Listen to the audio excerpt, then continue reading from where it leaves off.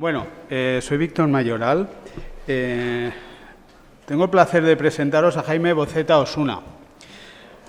Jaime Boceta Osuna es vocal de la SED y miembro del Grupo de Bioética de la Sociedad. Es doctor en medicina. Su tesis versó sobre la implantación de un protocolo de sedación paliativa, porque él es especialista en medicina familiar y comunitaria, pero trabaja también en hospitalización domiciliaria y cuidados paliativos dentro del Servicio de Medicina Interna del Hospital Macarena de Sevilla. Es experto universitario en psicoterapia dinámica, máster en terapia familiar y sistémica, máster y especialista en cuidados paliativos, máster en bioética y humanización de la asistencia, lo que acabamos de hablar. Tiene la acreditación AXA como médico de recursos avanzados en cuidados paliativos. Es presidente del Comité de Ética Asistencial de Sevilla Norte y vocal del Comité de Bioética de Andalucía. Profesor asociado del Departamento de Medicina de la Universidad de Sevilla en las asignaturas de Ética Médica y Geriatría y Cuidados Paliativos. Tela. Pero es que además es paciente de dolor crónico. Con todo este perfil, nos parece la persona más idónea para la siguiente charla magistral que versa sobre cuando el tratamiento del dolor no alcanza las expectativas de los pacientes, ¿qué nos dice la bioética? Muchas gracias, Jaime. Muchas gracias, Víctor. Y bueno, pues por supuesto quiero dar las gracias a los organizadores, al doctor Margarit, a Luz Cánovas, a Lucía Monteoliva y al doctor Mayoral, que es el que me mete a mí en estos saraos, y la verdad es que estoy encantado de haber podido participar en la Sociedad Española del Dolor y en este curso tan interesante. El esquema va a ser el siguiente, el del título de la charla. Dice, cuando el tratamiento del dolor no satisface las expectativas del paciente, ¿qué nos dice la ética? Bueno, pues vamos a hablar de una pincelada de que el dolor no es solo nocicepción.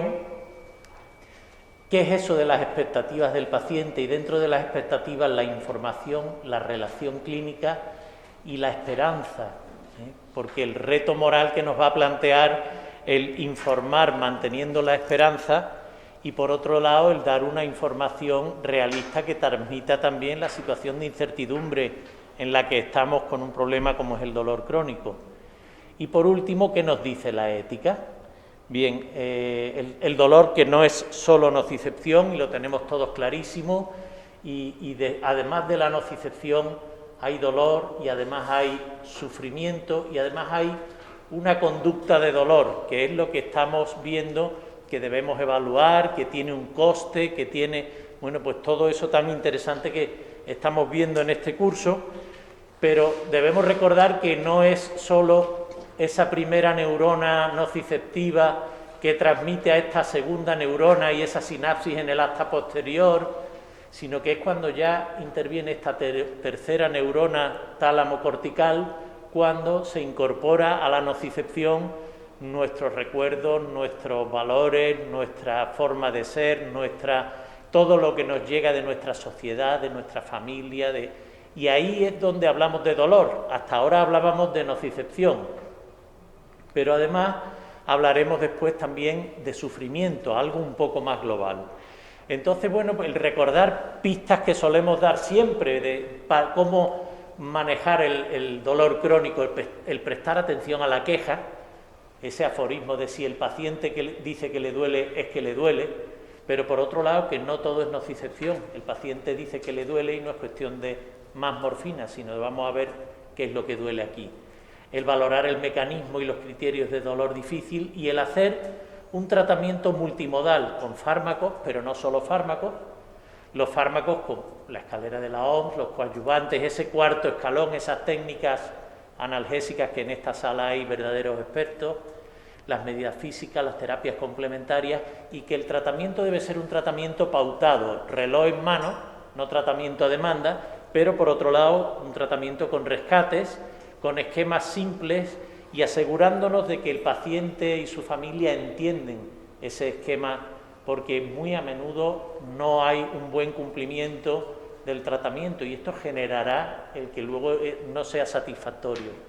El acordar los objetivos con el paciente, empoderando al paciente, como llevamos diciendo hoy todo el día, y el indicar, el punto 6 y 7, indicar y titular el tratamiento, considerando no solo el efecto analgésico, sino también los efectos secundarios, la funcionalidad y el posible uso inadecuado. Instruir sobre los efectos secundarios previsibles. A ver, yo como paciente de dolor crónico, si me dicen que un dolor crónico bien controlado es aquel que tiene una intensidad media por debajo de 4, digo, pues mira, no, para mí no.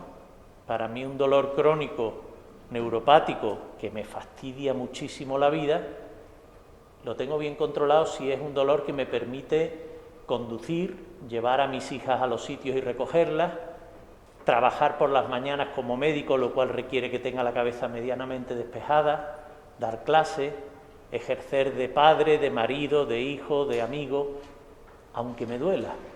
Entonces, deben darme la posibilidad de elegir y de considerar, y por otro lado, de qué arriesgo con determinados tratamientos para intentar tener una menor intensidad del dolor. Tratar el insomnio es el primer objetivo claro de un tratamiento, conseguir que el paciente pueda dormir, y reevaluar periódicamente si cumple el tratamiento, si es eficaz, si hay toxicidad, recomendando que esa reevaluación se registre en el diario del paciente, pero lo digo como paciente, 24-48 horas antes de la visita y 24-48 horas después del cambio. Uno no puede vivir registrando en un diario del paciente, eso te amarga la vida. Yo vivo pendiente de vivir, no pendiente del dolor. Y si tengo que estar fijándome en cuántas crisis de dolor llevo, cuando veo que son las 11 de la mañana y llevo 30, ya estoy amargado. No. Eso lo puedo hacer cuando voy a ir al médico para darle una información, pero el resto del tiempo el diario del paciente lo dejamos guardadito en un cajón. Esa es mi opinión como paciente. Y por supuesto, pues valorar, porque si tienen, digamos, unos criterios de dolor difícil, hombre, pues probablemente hay que transmitirle al paciente que es probable que nos cueste más trabajo controlar esa incertidumbre que nos dan los dolores difíciles, los dolores de mal pronóstico. Pero hablábamos de nocicepción, dolor, sufrimiento. Si hemos definido dolor, ¿cómo definimos sufrimiento? Y el sufrimiento me parece muy práctica la definición de Gabrin y Chapman, que se basa en una definición previa de Eric Kassel y que nos dice que es un estado afectivo y cognitivo negativo que se caracteriza por la sensación del individuo de sentirse amenazado en su integridad, el sentimiento de impotencia ante esa amenaza y el agotamiento de los recursos de los que dispone para hacer frente a esa amenaza. Digo que es muy práctica porque nos sirve para pensar. El sufrimiento es un cociente en el que en el numerador tengo la amenaza y en el denominador los recursos. Pues vamos a caer en la cuenta de que si yo quiero aliviar sufrimiento, debo disminuir el numerador, disminuir la amenaza, y ahí centramos toda la tralla. Oye, pero también es muy importante acordarme de que debo aumentar el denominador, y esa es otra manera de conseguir que el resultado de ese cociente sea menor. Y a veces convertirnos nosotros, los profesionales, en uno de los recursos de los que dispone el paciente para afrontar esa amenaza. Pero decíamos, cuando el tratamiento del dolor no satisface las expectativas, vamos al segundo punto, que es eso de las expectativas.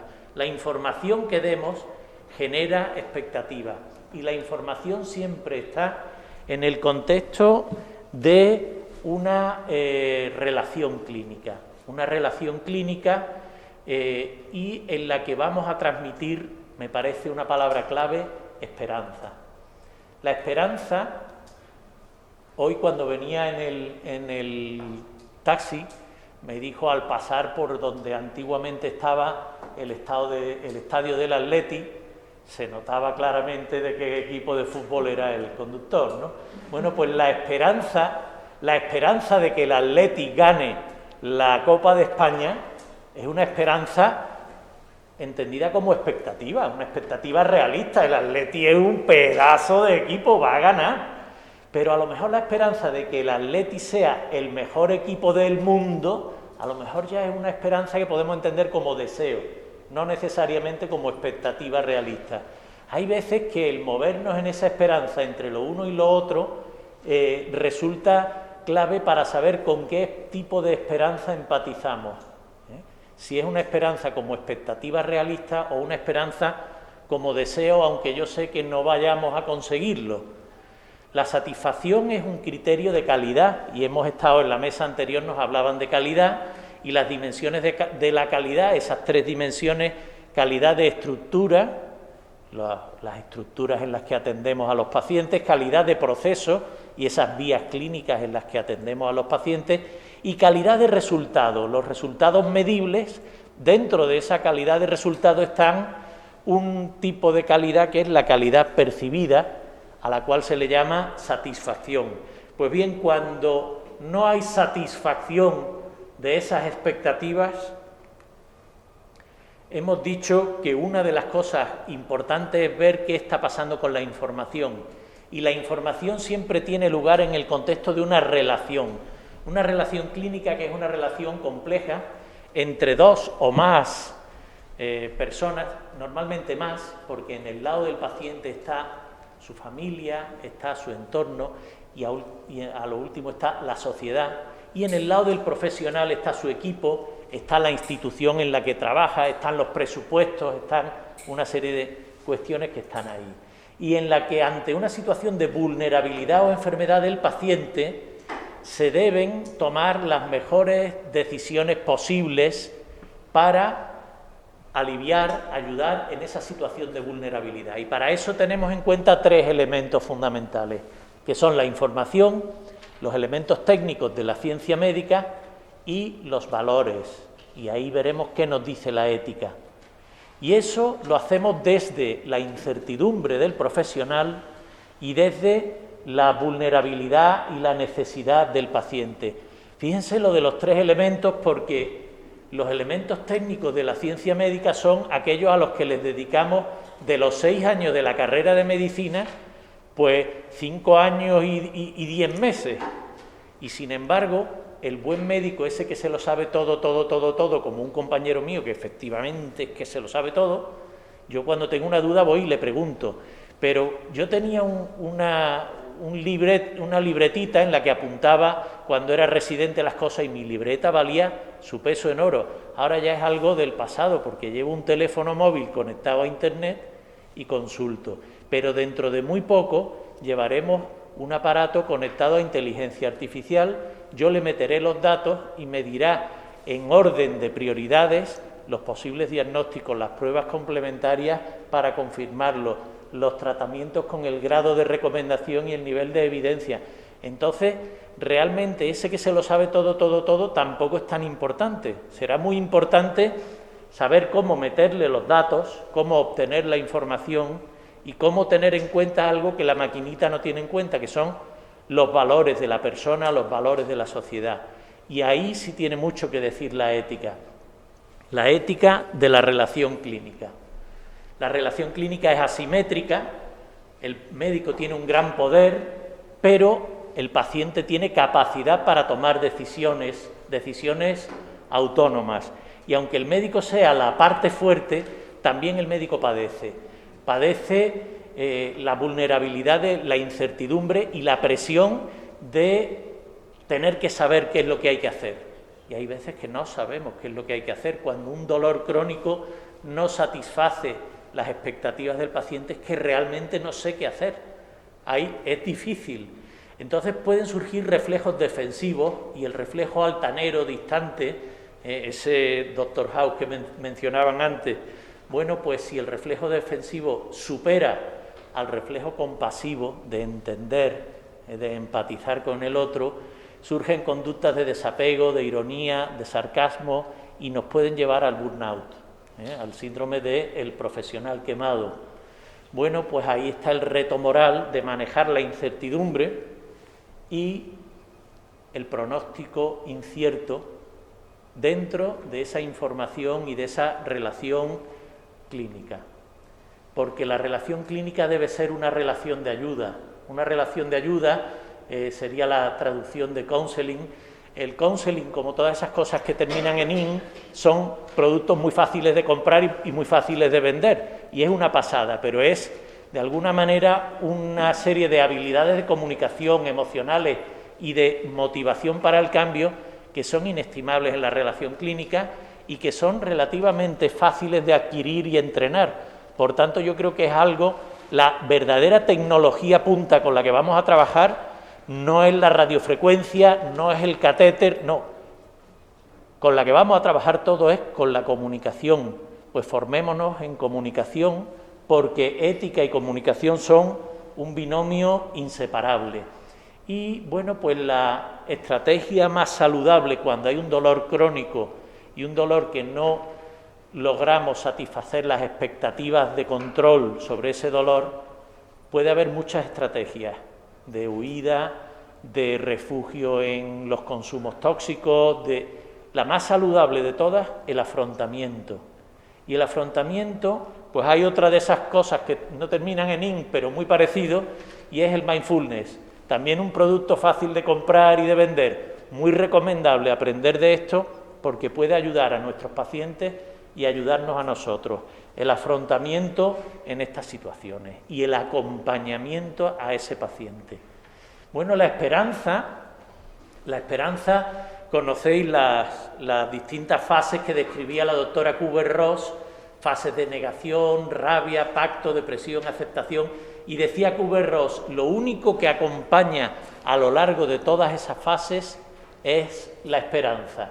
A veces esperanza de un tipo más como expectativa realista, a veces esperanza pues de un tipo más como deseo. Bien, pues Kübler-Ross, que decía eso, nos lo planteaba como que transmitir esperanza es una tarea de profesionales esperanzados. Y yo creo que estamos aquí en un curso después de un año duro con el coronavirus y la principal tarea que tenemos aquí es la de cuidarnos, la de darnos besitos, de querernos mucho a nosotros mismos, de reponernos, porque tenemos eso dentro, tenemos esa capacidad de apelar a la esperanza, de llamar a la esperanza. Y eso es lo principal en estos cursos en los que venimos a formarnos y venimos a reconfortarnos también. La esperanza suele nacer de experiencias positivas vividas aunque sea en medio del sufrimiento. Están teñidas de solidaridad, de apoyo, de afecto y también la esperanza en el más allá y la esperanza de las personas creyentes tiene que ver con las experiencias positivas del más acá. Por tanto, creo que es bueno tomar conciencia con de dónde viene mi esperanza. No es una proyección futura de un ideal frustrado. El futuro lo que hará es consolidar experiencias presentes y pasadas gratificantes, aunque sea en medio del sufrimiento. Por tanto, cada pequeño momento gratificante que podamos buscar, tenemos la obligación moral de buscarlo. Y ahora hablaremos de eso. Trabajar la esperanza en una temporalidad presente. Como decía Pilar Barreto, una psicóloga de Valencia, ensanchar la esperanza en el aquí y el ahora, porque nosotros no somos la esperanza, pero podemos ser presencia esperanzadora, lo mismo que nosotros no somos la salud, pero podemos ser agentes de salud. Bien, ¿cómo trabajar la esperanza? Esta es la Esperanza Macarena, que la han puesto en la primera planta de nuestro hospital, ese mural, y bueno, eso es que sube uno las escaleras y da gloria bendita. Bueno, hay autores que hablan de ese trabajar la esperanza hacia el futuro, y fijaos, en la medicina curativa es el yendo mejor, en la medicina paliativa es el sintiéndose mejor. También hacia el pasado, el redimensionar, recuperar, rehabilitar nuestro pasado desde este momento presente. Yo cuando entro en la habitación de un paciente de cuidados paliativos tendría que ser muy bruto para no darme cuenta de que tiene un gesto de dolor, Tendría que ser muy bruto para no darme cuenta de que tiene taquipnea, disnea y unas gafas nasales puestas. Tendría que ser muy bruto para no darme cuenta de los problemas que hay, y además los busco. Pero también tendría que ser muy bruto para no darme cuenta de que el hijo está ahí, que ha pasado la noche sentado en una butaca, de que está su mujer, de que lo están de que es una persona muy querida. Si yo soy capaz de coger la palabra amor y ponerla ahí encima de la mesa, encima de la cama, de repente es que cambia todo. Oye, ¿usted qué es? ¿Que lo quieren mucho? Pues sí, pues sí. Oiga, pues normalmente cuando una persona está mala y la quieren tanto, suele ser que es una buena persona, y me da a mí que usted es una buena persona. ¿Qué está pasando ahí?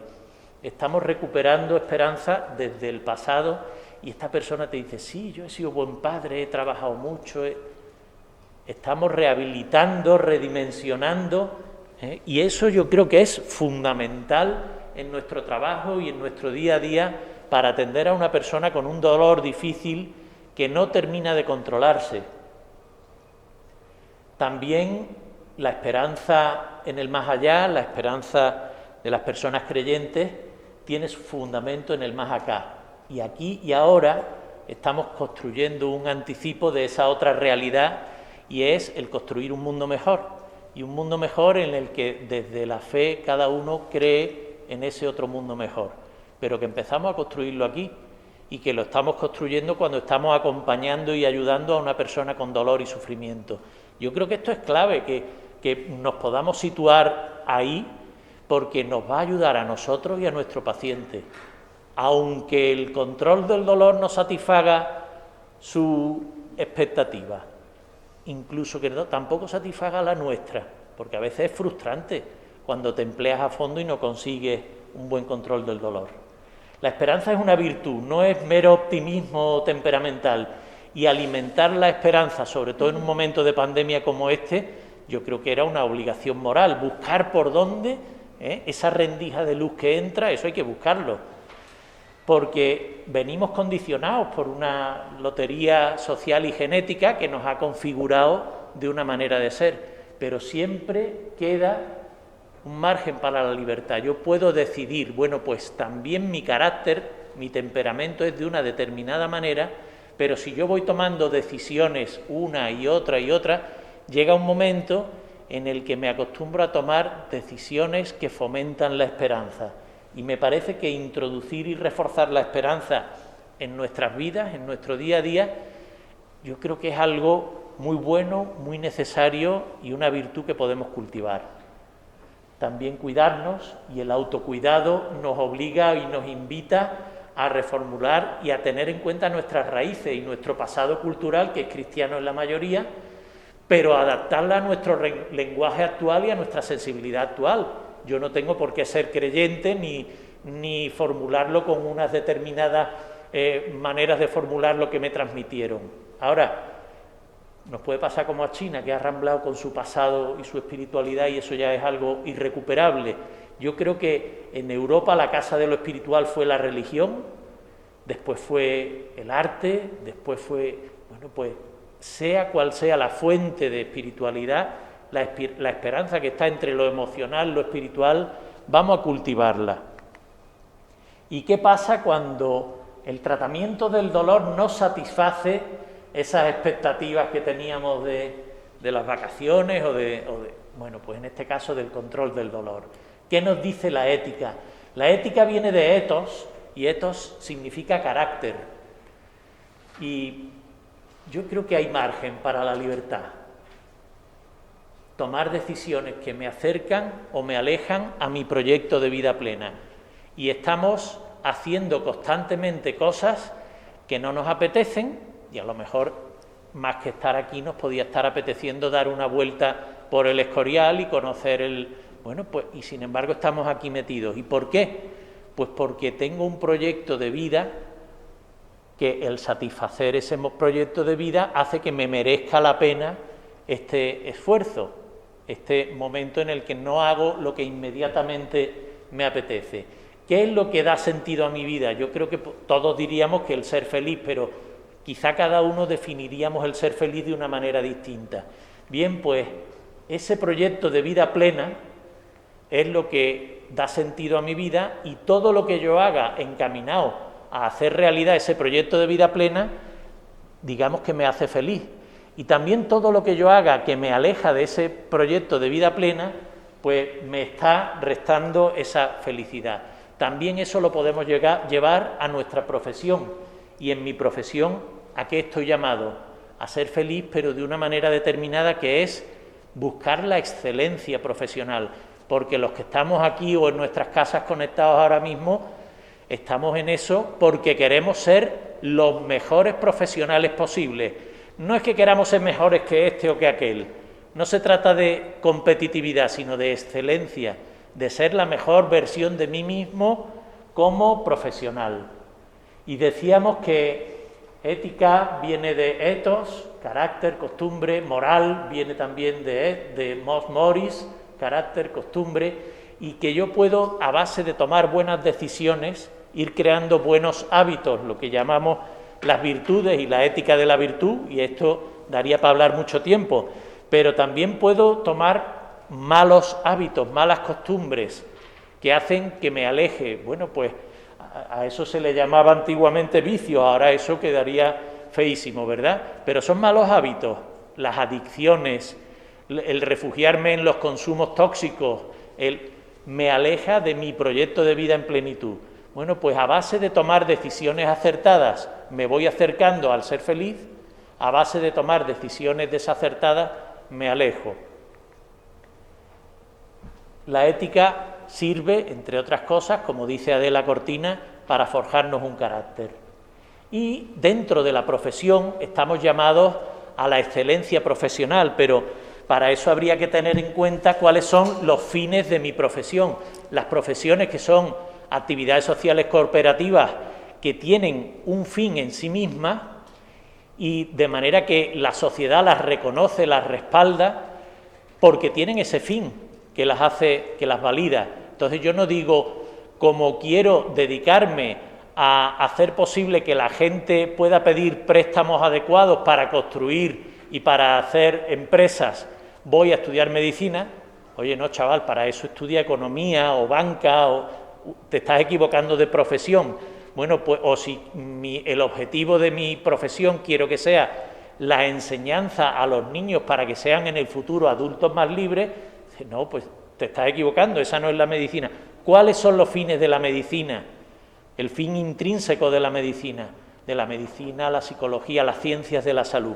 Pues el Hastings Center nos habla de esto, y dos de esos 4 fines son el alivio del dolor y el sufrimiento, curar y curar cuando se puede, y si no, siempre cuidar de los que no pueden ser curados, y un dolor crónico que a veces no satisface las expectativas del paciente, es un dolor crónico que a veces no podemos curar, pero siempre podremos cuidar, acompañar, aliviar y evitar la muerte prematura y ayudar a una muerte en paz. Esos son los publicados en New England en 2000, los fines de la medicina según el Hastings Center. Entonces, ¿qué nos dice la ética cuando los tratamientos y tecnologías no satisfacen las expectativas del paciente?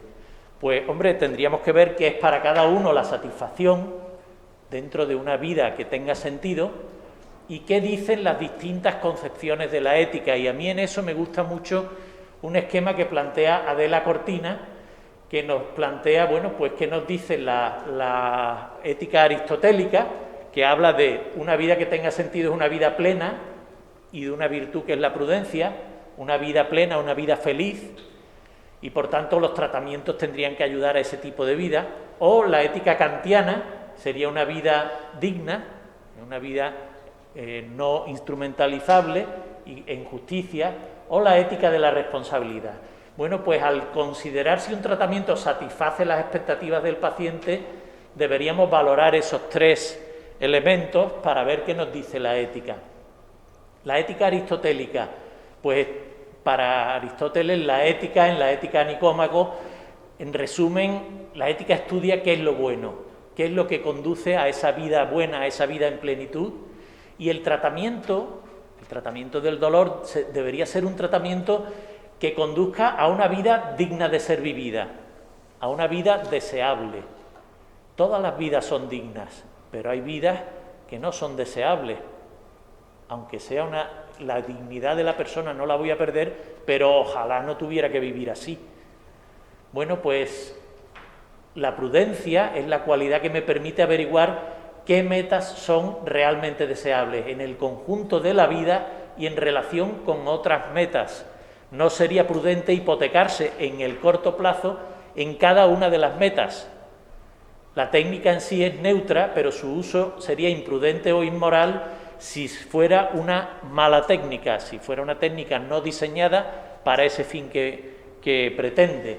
Pero, por tanto, tiene que haber un respaldo de la investigación sólida diseñada para eso, pero además sería inmoral si esa técnica, si ese tratamiento persigue a corto plazo aliviar el dolor, pero deteriora otros aspectos relevantes para los proyectos de vida plena, de vida feliz, según esa ética aristotélica. Si deteriora la movilidad física, la capacidad de autocuidado, la capacidad para entablar relaciones, si logro controlar, disminuir la intensidad del dolor a costa de tener al paciente pues, con deterioro importante de otra de los elementos relevantes de su proyecto de vida, entonces me estoy equivocando. Por ejemplo, si desarrolla adicciones, trastornos en el humor o cognitivos, etcétera. Eso me diría la ética aristotélica. ¿Y la ética kantiana? ¿Qué nos diría? Nos habla de la dignidad y de la justicia. Los tratamientos, para esa ética kantiana, deberían estar al servicio de una vida digna de respeto. ¿Qué es una vida digna de respeto? La vida no manipulable, que sea un fin en sí misma la vida y no un medio para obtener otros beneficios. Sería inmoral pues meter a un paciente en un ensayo clínico si no estoy convencido de que merece la pena para él, no instrumentalizarlo porque puede merecer la pena para el bien común. ¿Para él merece la pena? Sí. Si no, no lo meto en ese ensayo clínico. Todas las vidas humanas son igualmente dignas de respeto. Los discapacitados y los que tienen grandes capacidades, los sanos y los enfermos. Y el tratar con respeto implica justicia. Justicia más que felicidad en el corto plazo. Justicia requiere, nos estamos refiriendo a la equidad, a la igualdad de oportunidades. No solo debemos considerar la satisfacción de un paciente concreto, sino la justicia. Y esto tiene mucho que ver con la mesa anterior. Al seleccionar los tratamientos deberíamos considerar cuáles redundan en mayor equidad. Y bueno, pues las tecnologías y los tratamientos en este enfoque de esta ética no serían neutrales, porque implican valores tanto en los resultados como en los diseños y en los procedimientos. Y el incluir a los destinatarios, empoderar a los pacientes desde el momento en el que estoy diseñando un ensayo clínico, sería una buena opción según este enfoque ético. Evitar también el sesgo de la ficción de la pericia. ¿En qué consiste eso? El sesgo de la ficción de la pericia. Si os paráis un momentito a pensarlo, yo creo que eso existe y a todos se nos viene a la mente. Es el atribuir al experto un saber más fiable del que realmente tiene. Este es un fenómeno y este es un fuera de serie y este es el que... Le damos un poder que excede su competencia real. Y eso luego, a la larga, genera también el que no se satisfagan las expectativas del paciente. Porque si mi médico es el mejor del mundo y es infalible, cuando luego la cosa no sale bien, ya no solo estoy molesto con el control del dolor, sino también con mi médico. Esa ficción es peligrosa y es más justo compartir el poder con el paciente. Entonces viene un reto moral importantísimo y es transmitir cierta incertidumbre. Oye, esto no es fácil y vamos a ver qué puede ser, sin desatender la necesidad de esperanza, porque si la información que le doy es demoledora, pues... Y esto no es fácil en dolor crónico y en dolor crónico difícil. Y eso solo podemos trabajarlo desde la relación clínica en un contexto de la búsqueda de la excelencia profesional. Por último, un enfoque Hans Jonas, este del mundo lleno de tiritas, y habla de los problemas éticos y sociales creados por la tecnología, y nos plantea que la supervivencia humana requiere cuidar al planeta y cuidar a las generaciones futuras, y la ética es una concepción de una vida responsable. En ese sentido, los tratamientos deberían estar al servicio de una vida digna de ser protegida. Por tanto, de una vida deseable, como íbamos al principio, a una vida no instrumentalizable, y ahora a una vida protegible. Es un nuevo tipo de relación moral asimétrica. No hay la simetría en la que unos exigen la protección de sus derechos y otros deben dar esa protección. Los débiles, los pacientes, muy a menudo no estamos en condiciones de exigir, pero los fuertes, los que pueden protegerlos, deben hacerlo y tienen ese deber moral.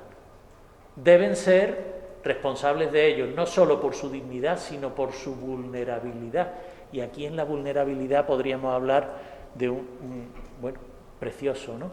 Pero desde la responsabilidad hacia quien necesita nuestra ayuda, y ahora me pongo el cucurucho me quito el gorro de paciente, me pongo el de médico, reconsideramos los fines de la medicina, incluyendo uno de los fines, que es el proteger mi propia salud y la ajena, y también el prevenir la enfermedad, y no solo el exigir la curación. Si el conflicto de ese paciente cuyas expectativas no se ven satisfechas está en una serie de deseos no exigibles, pues Albert Johnson nos habla de los límites a las preferencias de los pacientes, y esos límites son los fines de la medicina. Por tanto, no olvidarnos, si no debo nunca realizar actos contrarios a esos fines de la medicina, aunque me lo pidan. Y yo creo que ese es un tema que debemos tener claro. Los tratamientos médicos contraindicados, la cirugía innecesaria, los tratamientos no ortodoxos o excéntricos, o también las prácticas ilegales o que yo considere no éticas o inmorales, siempre distinguiendo eso que me está pidiendo es contrario a la ética o es simplemente que es que me cae mal y me está tocando las narices esto que me está pidiendo. O sea, debemos hacer un esfuerzo, y ese esfuerzo se llama deliberación. Y si al deliberar veo que hay otro principio que deba prevalecer sobre el respeto a la autonomía, entonces debo decirle, pues mire, no, aunque usted me lo pida, no. Los principios de la bioética son valores prima facie, quiere decir valores que deben prevalecer frente a otros valores importantes como el valor belleza, pues bueno, desde Platón, fijaos el valor belleza, ¿no?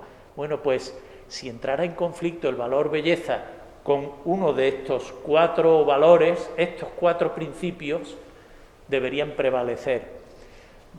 Diego Gracia hace una jerarquización de esos 4 principios y los mete en 2 niveles.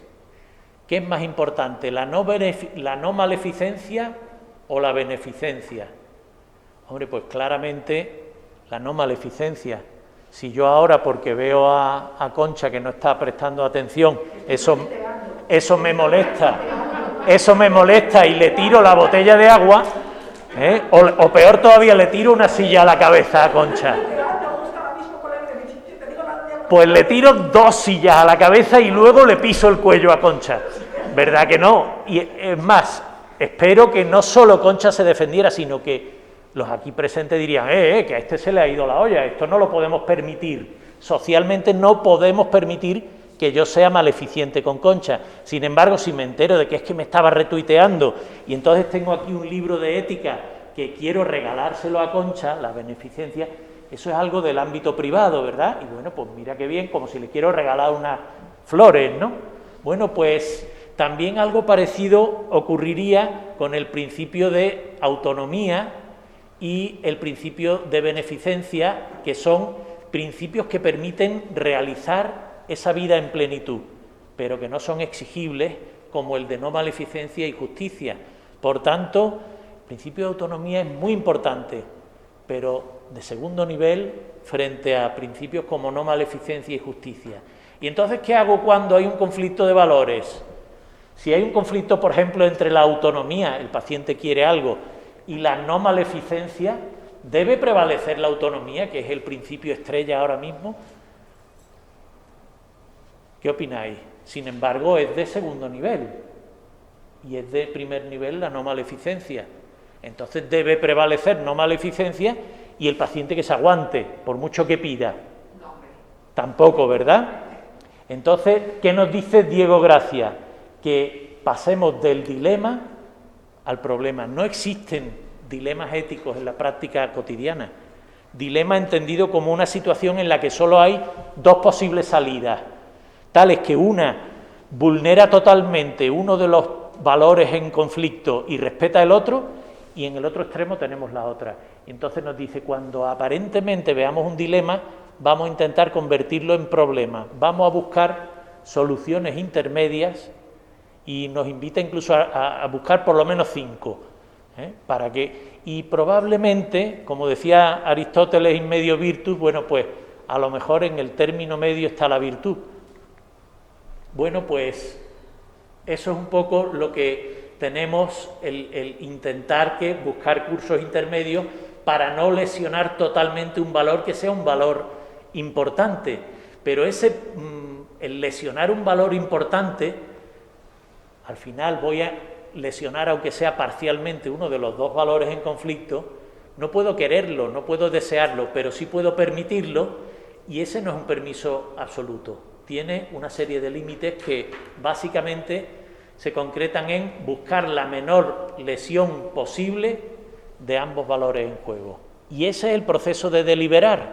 Entonces, entre la autonomía del paciente y la no maleficencia o la beneficencia de la indicación médica, pues a lo mejor tenemos que buscar, y a lo mejor nunca le voy a prescribir un tratamiento que le va a hacer daño, que estoy convencido, nunca voy a prescribir un tratamiento contraindicado, pero a lo mejor sí puedo intentar prescribir un tratamiento que tiene una indicación dudosa, pero que es factible. Ahí entonces entraría el principio de justicia. Si además resulta que ese tratamiento es un tratamiento disponible, no es un tratamiento que implique una desigualdad grande territorial o del tipo que sea, pues a lo mejor me lo puedo plantear, y estoy buscando cursos de acción intermedios. Johnsen, en los métodos de deliberación, utiliza 4 parámetros, y el segundo de los parámetros de Johnsen es el de las preferencias, o sea, la autonomía. Y dice, para considerar que las preferencias del paciente son equivalentes a su principio de autonomía, yo debo tener en cuenta la capacidad, la información y la voluntariedad. Y volvemos a la información. Casi siempre que a un comité de ética asistencial nos llega un problema ético, os diría que el 80% de los problemas éticos se solucionan volviendo a informar a la persona de algo que había interpretado de una manera distinta, porque ética y comunicación son un binomio inseparable, y tengo que ver si hay un problema de comunicación. Y en el apartado preferencias, pues nos recomienda Johnsen una serie de cuestiones que tendríamos que valorar.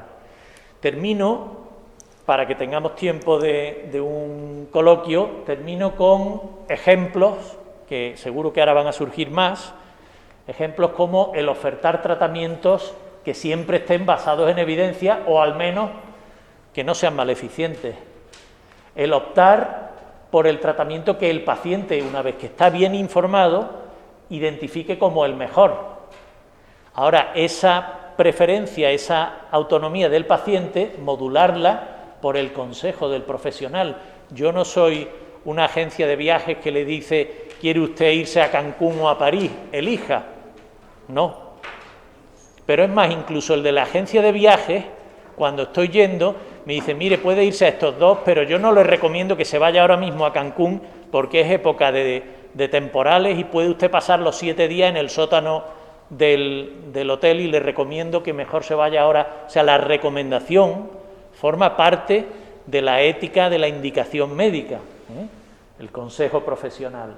Y la factibilidad por la asignación de recursos, todo lo que hemos visto en la anterior mesa, y los límites que serían ni la futilidad ni hacer un tratamiento claramente fútil, claramente inútil, ni tampoco el que dañemos el proyecto vital del paciente, el que para controlar este dolor voy a poner en peligro grave pues su movilidad, su capacidad de relación, una serie de cuestiones.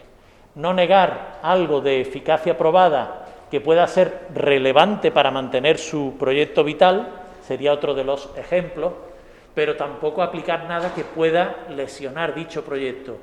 Y por último, no administrar recursos financiados públicamente si son ineficaces en ese caso. Y bueno, yo espero no haberme alargado mucho más de la cuenta y muchísimas gracias.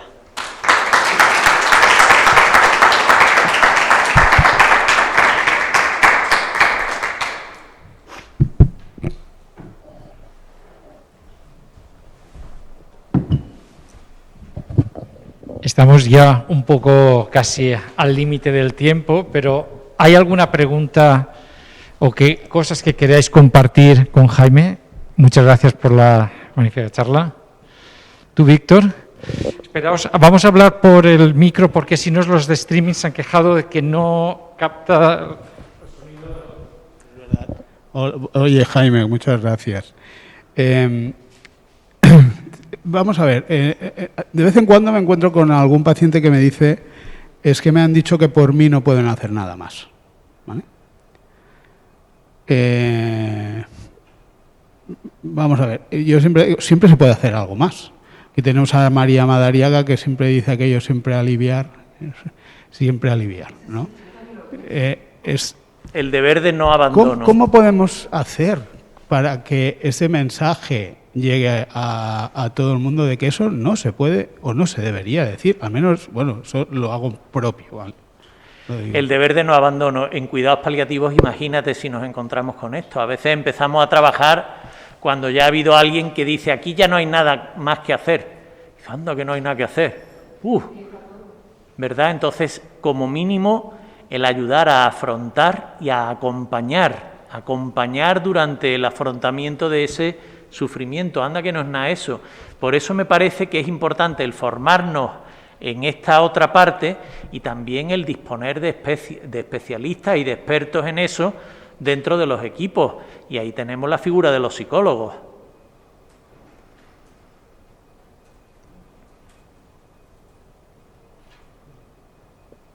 ¿Más? ¿Nos animáis? Vale, pues sigo, ¿vale? Sí, sí. Cuando tenemos conflictos de este tipo, en donde hay recursos económicos en juego, debemos trasladar esa preocupación al paciente, y no estoy hablando solo de lista de espera, ¿vale? Sí, puedo hacer algo más por usted, pero será dentro de 2 años porque hay una lista de espera, tal, no sé qué. Eso, ¿cómo se maneja desde el punto de vista bioético? Y no estoy en plan reivindicativo, estoy a ver si nos puedes ayudar en cómo plantear o cómo dar esa mala noticia. A ver, yo creo que el transmitirle al paciente información de lo que no puede ser para ponerle la miel en los labios y quitársela, no sé si hasta cierto punto es hacerle un daño innecesario. O sea, yo podría decirle, pues mire, esto en Estados Unidos, en el MD Anderson, lo tratan así, pero aquí no podemos. No creo que eso sea una manera de ayudarle. Ahora, si hay posibilidades reales de conseguir esto, y creo además que esa otra alternativa estaría indicada, me parece que puede estar bien, porque a lo mejor el paciente sí que puede tener su parte, y la sociedad y las asociaciones de pacientes están ahí y ejercen presión, y todos tenemos la experiencia de la hepatitis C, cómo las asociaciones de pacientes se movieron y un tratamiento que era carísimo y que era para unos pocos, de repente pues se está acabando la hepatopatía crónica por virus C, porque se movieron las asociaciones. Entonces, ese equilibrio yo creo que lo que debe, en la parte micro, en la relación clínica, lo que debe prevalecer es el no hacer daño a mi paciente, el primum non nocere, y, hombre, si le voy a informar de cosas que yo sé que son absolutamente inviables, pues no hacerlo, ¿no? O cosas que no solo no son viables, sino que a lo mejor tampoco han demostrado eficacia real. O sea, que en este sentido tampoco generar unas expectativas que luego no se van a poder satisfacer y que encima son expectativas no basadas en evidencia. Yo creo que en esto es en donde más o menos nos podemos mover, pero luego hay una parte también de incertidumbre nuestra y en cada caso actuaremos de una manera. Si tenemos un gran conflicto sobre cómo actuar en un caso concreto, a mí me parece que lo que nos puede ayudar es una consulta al Comité de Ética Asistencial de referencia de donde trabajemos. Y entonces en el Comité de Ética Asistencial nos ayudarán a que nosotros aportemos la parte técnica y el comité nos ayude con la parte ética en la deliberación de, oye, ¿qué le digo o qué no le digo? Y hay veces que nos consultan este tipo de cuestiones a los comités. Muchas gracias. ¿Es ético no informar a un paciente que no quiere estar informado? Pregunta Concha si es ético no informar a un paciente que no quiere estar informado. Yo creo que no solo es ético, sino que es fundamental. Entonces, el respeto a la autonomía del paciente implica respetar el que el paciente delegue su autonomía en otro. Aquí el lío gordo es cómo valoro a don José, que lo tengo por delante, y no sé si quiere o no quiere saber que tiene un cáncer y que además su cáncer no puede ser tratado ni con cirugía ni con tratamientos oncológicos específicos. Entonces le digo, don José, si usted tuviera un cáncer y no hubiera curación ninguna, ¿querría usted que se lo dijera? ¿Verdad que no? Que la comunicación es importante, ¿no? Oiga, don José, hemos hablado de esto, esto, esto y esto. ¿Usted quiere preguntarme algo más sobre su enfermedad o sobre sus tratamientos? Ah, no, yo esas cosas mejor a mi Pepi, que es la que sabe de estas cosas. Oye, don José está delegando su autonomía en su Pepi. Eso no lo pueden entender en el mundo anglosajón, porque allí el modelo familiar anglosajón no existe mi Pepi. Pero en el modelo familiar mediterráneo sí que existe todavía ese modelo. Entonces, cuidado con esto. Pero a lo mejor tengo la duda, a lo mejor don José no me está preguntando porque no sospecha que debería preguntar. Entonces puedo decir, oiga, don José, y si más adelante hay que tomar decisiones importantes sobre su enfermedad, ¿usted quiere que yo le explique con detalle para que usted pueda opinar? ¿O prefiere que le explique a su Pepi o a todos a la vez? Y ahora me dice don José, ah, no, hombre, si hay cosas importantes, sí, dígamelas. Ah, amigo, entonces no estaba tan claro que no quería saber. Y entonces tendré que abrir una puerta a la información gradual hasta el punto en el que... Pero si don José me vuelve a decir, no, eso mi Pepi, que ella es la que entiende de los médicos. Oye, pues claro que hay que respetar. Entonces, lo que yo no puedo es caer en la conspiración de silencio, en que porque Pepi me haya hecho así señales y me haya dicho que no le diga nada, yo no valore ese aspecto. Pero si valorado ese aspecto, don José no quiere saber, debo respetar esa preferencia de don José, claro. Sí. ¿Y si es menor de edad? Pregunta Víctor. Si es menor de edad... hay una diferencia entre el menor maduro, a partir de los 16 años se considera menor maduro, por aquello de que en realidad la madurez moral, los estadios 5 y 6 de Colbert, el desarrollo moral de la persona, solo los alcanza más o menos el 15% de los adultos.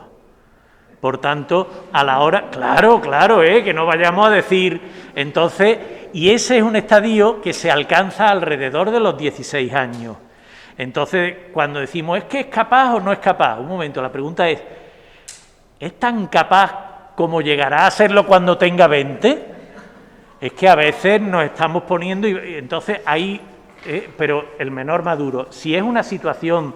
de vida o muerte, incluso en el menor maduro la ley contempla el informar a los padres, pero hay que permitir a ese menor maduro saber. Claro, si el menor maduro prefiere no saber, pues lógicamente delega en sus padres, bueno, pues decimos lo mismo que decíamos con don José, pero y si es un niño, pues A ver, yo creo que en esto el grado de información y el consentimiento informado no es el mismo problema cuando el consentimiento informado te lo otorgan para algo que claramente consideras que es lo que hay que hacer, que al revés, que cuando te lo otorgan para rechazar algo que tú crees que es lo que hay que hacer. Entonces ahí hay que afinar mucho más y a veces surgen conflictos. Bueno, pues en esos conflictos también para eso estarían los comités de ética asistencial. Muy bien, muchísimas gracias, Jaime. Damos por concluido a las 7 porque es la hora que nos dicen que terminemos y agradecerte tu participación, tu esfuerzo por venir aquí y por la magnífica charla y al resto que mañana a las 10 volvemos a empezar. Muchas gracias. Muchas gracias.